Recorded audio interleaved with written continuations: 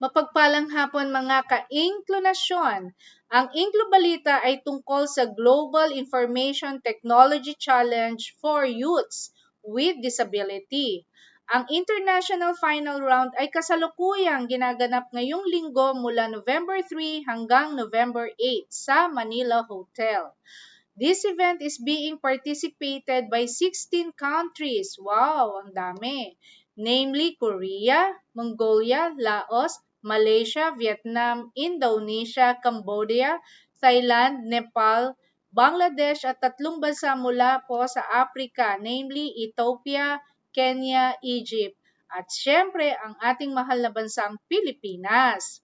104 youths out of 154 participants ages 14 to 23 years old are with visual, physical, hearing, and developmental disabilities. The different categories for the competitions are basic competition na dinadaluhan po ng individual or ng grupong manlalahok. The second one is applied competition.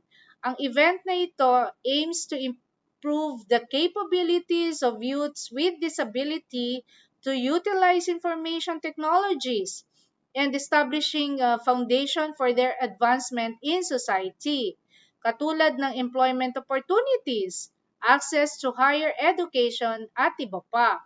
Also, strengthening partnerships between government, business, and civil society to resolve the information gap and revitalize disability-inclusive information technology. Ang competition is being hosted and sponsored by Ministry of Health and Welfare of the Republic of Korea, LG Group, Philippine Government, and organized by GITC Organizing Committee, LG Electronics, and National Council on Disability Affairs, or NCDA, sa pangunguna po ng ating mahal na si Executive Director Glenda Relova. Ang Inklu Balita ngayong hapon ay handog sa atin nila Pastor Manny and Nida Salvador. Marami pong salamat at magandang hapon sa ating lahat.